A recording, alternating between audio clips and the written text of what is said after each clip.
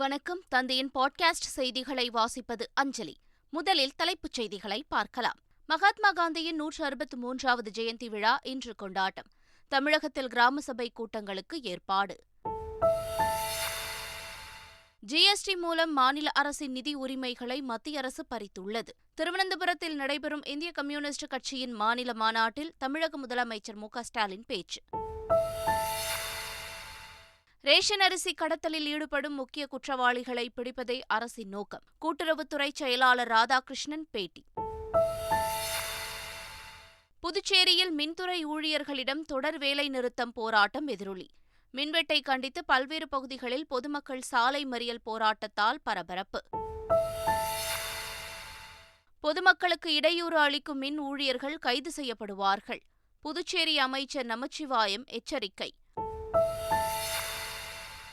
முதல் நாளில் உலக வசூல் ஈட்டிய தமிழ் படமாக பொன்னியின் செல்வன் சாதனை.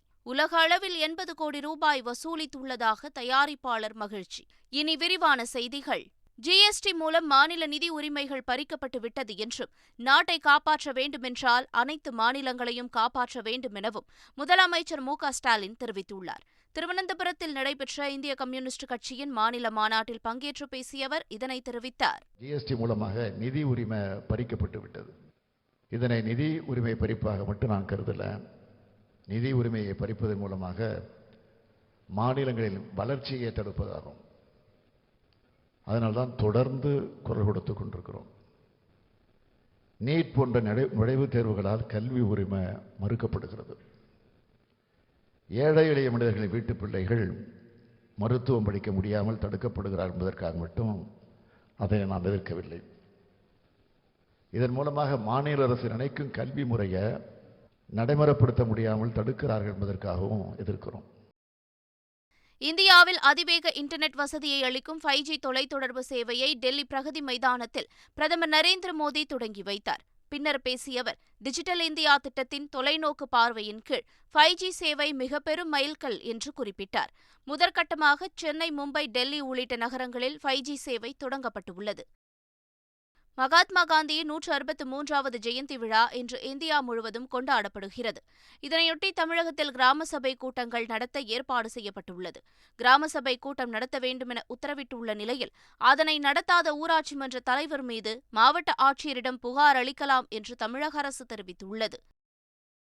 அரசு மீது வீண்பழி சுமத்துவதை விட்டுவிட்டு அதிகாரப்பூர்வமாக செயல்படுமாறு எதிர்க்கட்சிகளை உணவுத்துறை அமைச்சர் சக்கரபாணி வலியுறுத்தியுள்ளார். திமுக ஆட்சி மீது குற்றம் சொல்ல ஏதாவது காரணம் கிடைக்காதா என்று ஏங்கி தவிப்பவர்கள் சிலர் பேனை பெருமாளாக்க முயற்சிப்பதாகவும் அவர் குற்றம் சாட்டியுள்ளார். வெறும் MBBS படித்தவர்கள் OA போன்ற நிலையில்தான் இருக்கிறார்கள் என்று சபாநாயகர் விமர்சனம் செய்துள்ளார். சென்னையில் நடைபெற்ற நிகழ்ச்சியில் பேசிய அவர், சமஸ்கிருதம் தெரிந்தவர்கள் மட்டுமே மருத்துவராக முடியும் என்ற நிலை ஒரு காலத்தில் இருந்தது எனவும், ஆனால் காலப்போக்கில் ஏற்பட்ட புரட்சிகள் காரணமாகவே அனைத்து தரப்பினரும் மருத்துவர்களாகக்கூடிய நிலை உருவாகியிருப்பதாகவும் தெரிவித்தார்.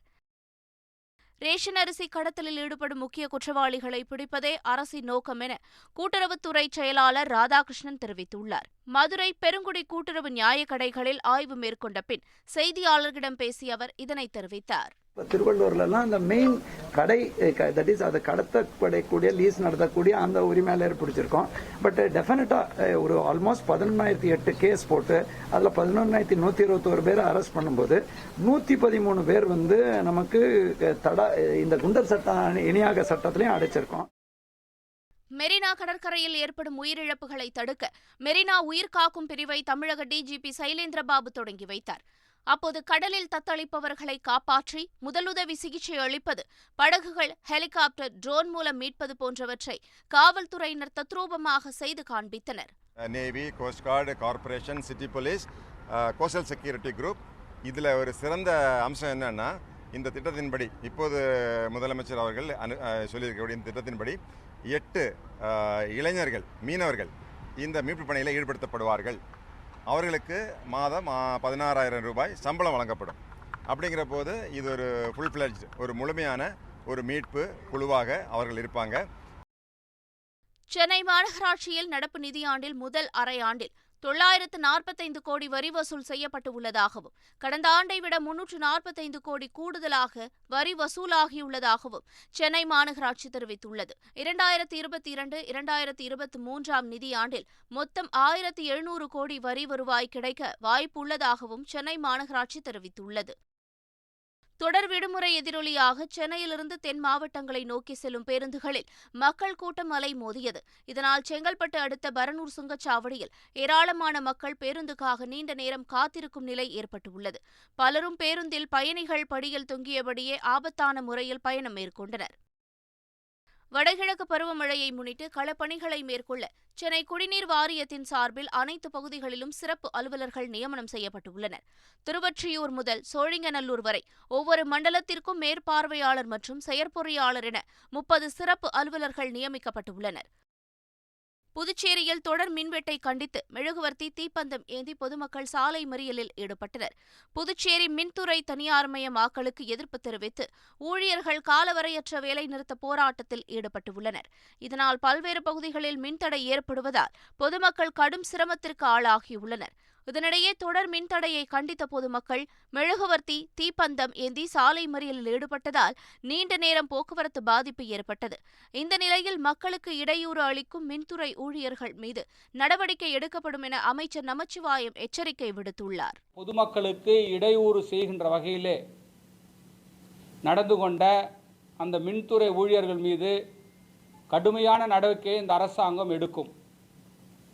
இதை தொடர்ந்து இந்த அரசாங்கம் வேடிக்கை பார்த்து கொண்டு இருக்காது. மக்களுக்கு தீங்கு செய்கின்ற, மக்களுக்கு இடையூறு தருகின்ற, மக்களுக்கு தொல்லை தருகின்ற இந்த செயலை இந்த அரசாங்கம் பார்த்து கொண்டு சும்மா இருக்காது.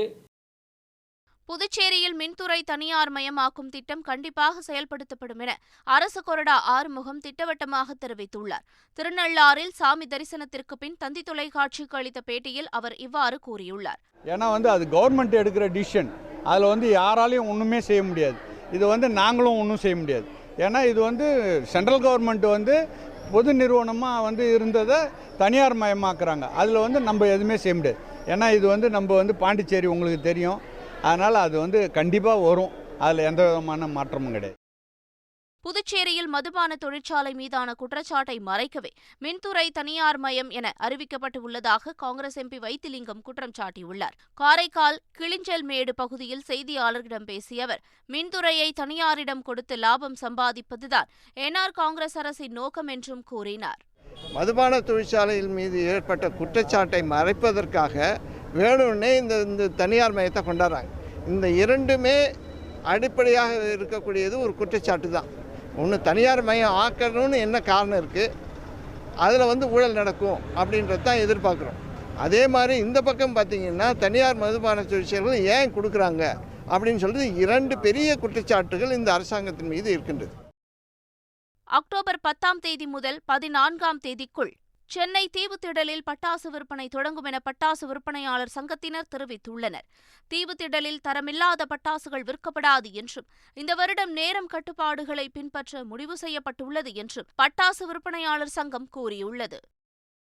பள்ளிக் கல்வித்துறையில் செயல்படுத்தப்படும் திட்டங்களை மேற்பார்வையிட சிறப்பு அலுவலர்களை நியமனம் செய்து பள்ளிக் கல்வித்துறை உத்தரவிட்டுள்ளது.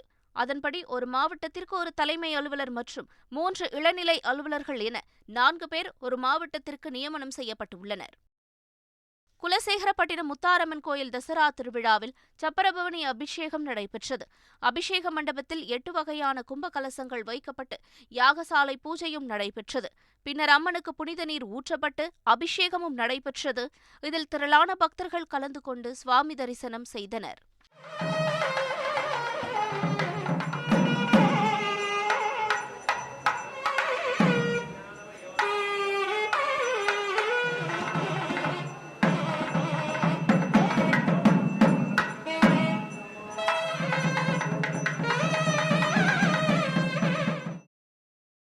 மதுரை மீனாட்சியம்மன் கோவிலில் நவராத்திரி உற்சவ விழாவையொட்டி 6ஆம் நாள் விழாவில் அர்த்தநாரீஸ்வரர் அலங்காரத்தில் மீனாட்சியம்மன் பக்தர்களுக்கு அருள் பாலித்தார்.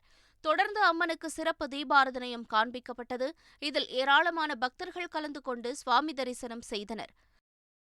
திருப்பதி பிரம்மோற்சவ விழாவின் 5ஆம் நாளில் மலையப்ப சுவாமி ஸ்ரீதேவி பூதேவி தாயார்களுடன் கருட வாகனத்தில் எழுந்தருளினார். பக்தர்களின் கோவிந்தா கோஷத்திற்கு இடையே 4 மாட வீதியில் மலையப்ப சுவாமி வலம் வந்தார். இதில் சுமார் 3 லட்சத்திற்கும் மேற்பட்ட பக்தர்கள் கலந்து கொண்டு சுவாமி தரிசனம் செய்தனர்.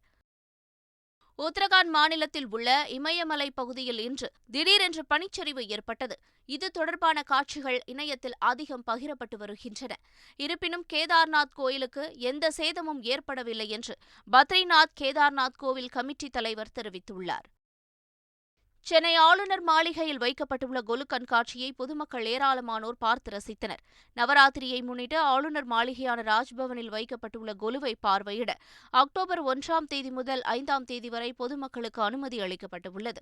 அதன்படி ஏராளமான பொதுமக்கள் குடும்பத்துடன் ஆளுநர் மாளிகைக்கு சென்று நவராத்திரி கொலு கண்காட்சியை பார்வையிட்டனர். இந்தியாவில் 5G சேவைகளுக்கான கட்டணம் மிக மலிவாக இருக்கும் என்று ஜியோ நிறுவனர் முகேஷ் அம்பானி கூறியுள்ளார். 5G சேவைகளை பிரதமர் மோடி தொடங்கி வைத்தார். இதனைத் தொடர்ந்து டெல்லியில் நடைபெற்ற இந்தியா மொபைல் மாநாட்டில் உரையாற்றிய முகேஷ் அம்பானி மிகச்சிறந்த தரத்தில் மிக குறைந்த கட்டணத்தில் இந்தியா முழுவதும் 5G சேவைகள் அளிக்கப்படும் என்று உறுதியளித்தார்.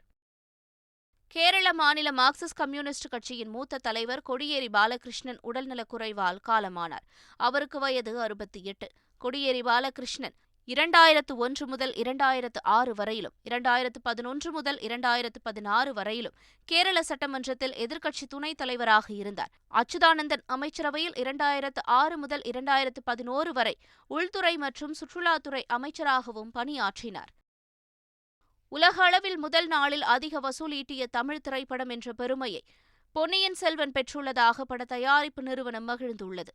ஆதித்த கரிகாலனாக தீரத்துடன் யானையில் விக்ரம் வரும் போஸ்டரை பகிர்ந்துள்ள லைக்கா நிறுவனம் பொன்னியின் செல்வன் படம் முதல் நாளில் மட்டும் 80 கோடி ரூபாய்க்கு அதிகமாக வசூல் ஈட்டியதாக குறிப்பிட்டுள்ளது.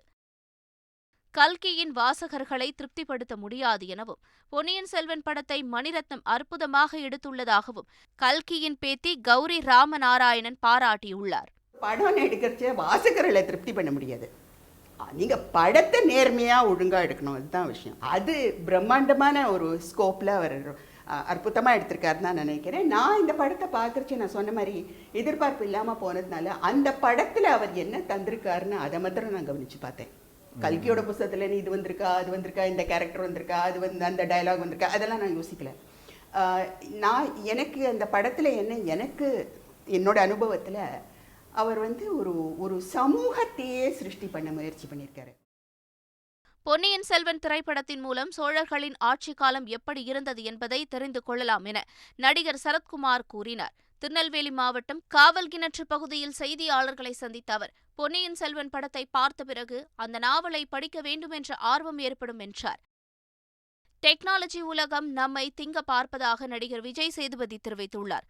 சென்னை நுங்கம்பாக்கத்தில் உள்ள தனியார் கல்லூரி விழாவில் கலந்து கொண்டு மாணவர்கள் முன் உரையாற்றிய அவர் மாணவர்கள் அனைத்தையும் பகுத்தறிய வேண்டும் என்று வலியுறுத்தினார்.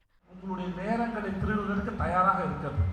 உங்க நேரத்தை எந்த வழியெல்லாம் திருடலாம், உங்க மூளையை எப்படி பயன்படுத்திக்கலாம், உங்க மூளையை ஆஃப் பண்றது எப்படி, பயன்படுத்த விடாம நான் இருக்கிறேன், என்ன தேடி கூகுளில் நான் இருக்கிறேன், இன்ஸ்டால இன்ஃபர்மேஷன் தரேன், ஃபேஸ்புக்கில் சண்டை போடலாம், தெரியாத திட்டிக்கலாம், அசிங்கமாக பேசிக்கலாம், கமெண்ட் போட்டுக்கலாம்னு ஒரு ஃப்ரீடம் கொடுக்காம நடிக்குது. நம்பிடாதீங்க. டெக்னாலஜி உங்களை திங்க பார்க்குது. அதனால தான் எங்களுக்கு மார்க்கெட்டிங் வராங்க. என்னென்ன மார்க்கெட்டிங்? உங்களை அதுக்குள்ளே கொண்டு வந்துட்டு உங்கள் மூலமாக பொருள் விற்கிறதுக்கு உங்களை முதல்ல பயன்படுத்த வைக்கிறது, அப்புறம் மார்க்கெட்டிங் அது கொண்டு வருது, அதில் காசு பார்க்குது. ஆசிய கோப்பை மகளிர் T20 தொடரின் லீக் போட்டியில் இலங்கை மகளிர் அணியை 41 ரன்கள் வித்தியாசத்தில் இந்திய மகளிர் அணி வீழ்த்தியது. வங்கதேசத்தில் நடைபெற்ற 2வது லீக் போட்டியில் முதலில் பேட்டிங் செய்த இந்திய மகளிர் அணி 20 ஓவர்கள் முடிவில் 6 விக்கெட் இழப்பிற்கு 150 ரன்கள் எடுத்தது. பின்னர் பேட்டிங்கை தொடங்கிய இலங்கை மகளிர் அணி 19வது ஓவரில் 109 ரன்களுக்கு ஆல் அவுட் ஆனது. இதனால் 41 ரன்கள் வித்தியாசத்தில் இந்திய அணி அபார வெற்றி பெற்றது. மீண்டும் தலைப்புச் செய்திகள். மகாத்மா காந்தியின் 163வது ஜெயந்தி விழா இன்று கொண்டாட்டம். தமிழகத்தில் கிராம சபை கூட்டங்களுக்கு ஏற்பாடு. ஜிஎஸ்டி மூலம் மாநில அரசின் நிதி உரிமைகளை மத்திய அரசு பறித்துள்ளது. திருவனந்தபுரத்தில் நடைபெறும் இந்திய கம்யூனிஸ்ட் கட்சியின் மாநில மாநாட்டில் தமிழக முதலமைச்சர் மு.க. ஸ்டாலின் பேச்சு. ரேஷன் அரிசி கடத்தலில் ஈடுபடும் முக்கிய குற்றவாளிகளை பிடிப்பதே அரசின் நோக்கம். கூட்டுறவுத்துறை செயலாளர் ராதாகிருஷ்ணன் பேட்டி. புதுச்சேரியில் மின்துறை ஊழியர்களிடம் தொடர் வேலை நிறுத்தம் போராட்டம் எதிரொலி. மின்வெட்டை கண்டித்து பல்வேறு பகுதிகளில் பொதுமக்கள் சாலை மறியல் போராட்டத்தால் பரபரப்பு.